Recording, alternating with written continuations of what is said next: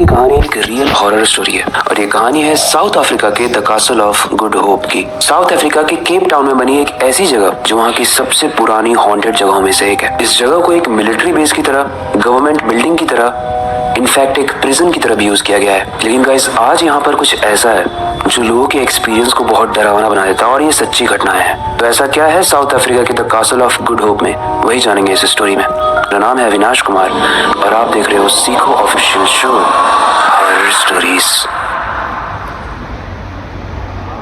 Guys, the castle of good hope को 17th century में Dutch east India company ने बनवाया था और इसी जगह पर इससे पहले एक लकड़ी का किला हुआ करता था जो 1652 में बनवाया गया था, पर उसके काफी पुराने और कमजोर होने की वजह से उसको हटाकर the castle of good hope को बनवा दिया गया। अब जैसे जैसे समय बीता, लोगों ने इसको अपने हिसाब से तरह तरह तरीके से यूज किया। ऐसा माना जाता है कि यहाँ पर बहुत लोगों ने राज भी किया है, लेकिन बहुत लोगों ने अपनी जान भी गंवाई है। और गाइस, यहाँ के बारे में ये भी कहावत है कि यहाँ पर सिर्फ एक नहीं बल्कि कई सारी कहानियां फेमस है, या फिर हम इनफेमस भी कह सकते हैं। और इन सभी कहानियों में किसी न किसी के साथ कुछ न कुछ गलत जरूर हुआ है। इन कहानियों में से सबसे फेमस एक कहानी है द व्हाइट लेडी की। दरअसल 12th सेंचुरी में एक लड़की की कहानी प्रसिद्ध है। वो एक लड़के से प्यार करती थी, लेकिन उस लड़की की फैमिली उस चीज को अलाउ नहीं कर रही थी। अब क्योंकि वो लोग पावरफुल थे, तो उस लड़के को एक बड़ी सी दीवार में पूरा चुनवा कर उस दीवार को बंद करा दिया गया।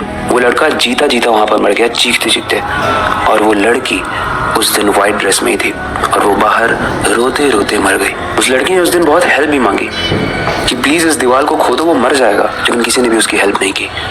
और यही रीजन है कि वहां पर अब जो भी जाता है वो सबसे अपना रिवेंज लेती है। इसके अलावा यहाँ पर एक जानवर की भी आत्मा रहती है, एक जानवर यानी काला कुत्ता। इस कहानी में ऐसा माना जाता है कि उस कुत्ते का जो मालिक था वो इस कैसल में काम किया करता था। उस कुत्ते के मालिक को दौरा पड़ा था। उस दौरे में लोगों की हेल्प की जरूरत थी, लेकिन किसी ने भी हेल्प नहीं की। इनफैक्ट उस दिन का जो गेट कीपर था वो भी उस कासल का गेट बंद करके चला गया था, जिसकी वजह से कुत्ता भी बाहर हेल्प लेने नहीं आया। और यही रीजन है कि उसका मालिक तो मर ही गया, लेकिन उसका कुत्ता भी मर गया और वही कुत्ता आज वहाँ पर घूमता है। तीसरी कहानी है वहाँ के गवर्नर पीटर गैसबर्ट की। ये स्टोरी सबसे खूंखार स्टोरी है। दरअसल पीटर अपने समय का काफी खूंखार राजा माना जाता था और इसने काफी समय तक राज भी किया था। इनके राज्य में जितने भी प्रिजनर्स थे वो उन्हें अलग अलग तरीके से तंग करता था, उन्हें टॉर्चर करता था। कभी उन्हें कीलों पर बनी चादर पर लेटा देता था, तो कभी उनके हाथ को आग में रख के जला देता था। उसके दिल में किसी के लिए भी कोई दया नहीं थी। और ऐसा उसने 1, 2 या 3 लोगों के साथ नहीं किया, ऐसा उसने सैकड़ों लोगों के साथ किया, सैकड़ों प्रिजनर्स के साथ किया। इतना ज्यादा खतरनाक और दर्दनाक टॉर्चर किया कि वो सारे ही लोग मरने के बाद भी आज भी उस कैसल के आसपास घूमते हैं। अब गाइस, ये बहुत ऑब्वियस सी बात है कि जहाँ पर इतने सारे लोग मरे हैं, इतनी सैड स्टोरी है जिस जगह की, इतनी ज्यादा प्रताड़ित टॉर्चरस स्टोरी है, वहाँ की आत्माएं कैसे शांत होंगी। एंड इस कहानी से हमें एक और सीख मिलती है कि जब किसी को हेल्प की जरूरत होती है तो हमें करनी चाहिए।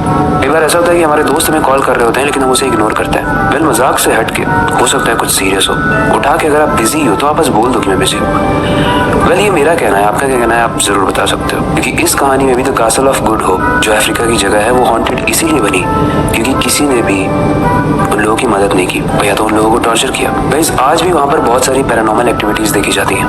कुछ लोगों को आवाजें आती हैं, कुछ लोगों को चीखें सुनाई देती हैं, इनफैक्ट कुछ लोगों को तो कीलों की आवाजें जब उस पर चलते हैं और खून निकलता है वैसी टाइप की आवाजें भी आती हैं। तो ऐसा माना जाता है कि ये सारी हॉन्टेड एक्टिविटीज जो हो रही हैं इनकी स्टोरीज से रिलेटेड ही हैं। वेल, जो भी हो, टॉर्चर के बाद कोई भी इंसान शांत की बैठेगा, भले ही वो मरने के बाद है, बट आएगा जरूर। पहले स्टोरी कैसे लगी हो, इससे रिलेटेड कोई भी फीडबैक हो आप कमेंट सेक्शन में जरूर बता सकते हो। ये एक रियल स्टोरी थी, तो आप इंटरनेट पे जाके इसके बारे में और ज्यादा सर्च कर सकते हो।